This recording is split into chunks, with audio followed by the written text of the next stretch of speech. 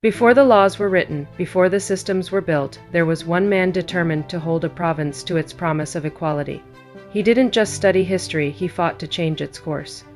From the front lines of the Ontario Human Rights Commission to the forgotten stories of the freedom seekers, discover the radical legacy of the sociologist who became the architect of Canadian equity.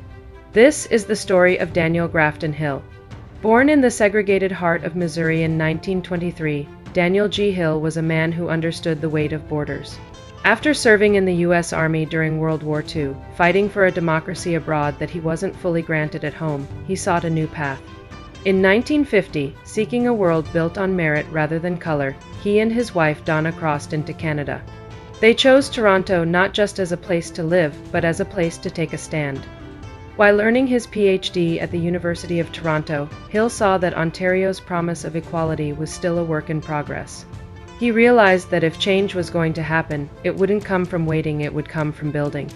In 1962, history was made. Hill was appointed the first ever director of the Ontario Human Rights Commission. He didn't just sit in an office, he took the commission to the streets. From his home in North York, he traveled the province, turning the law into a shield for the vulnerable.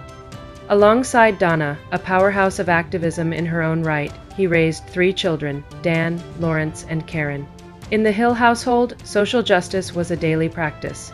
Daniel was building the machinery of equity that would eventually define the Canadian identity, a commitment that later led him to serve as the Ombudsman of Ontario.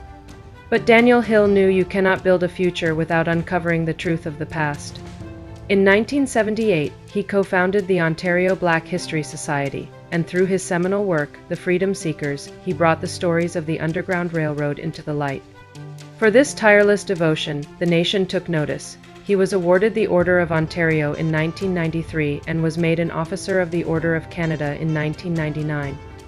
His legacy is so profound that today, the Ontario Human Rights Commission presents the Daniel G. Hill Human Rights Awards to those who continue his walk toward justice.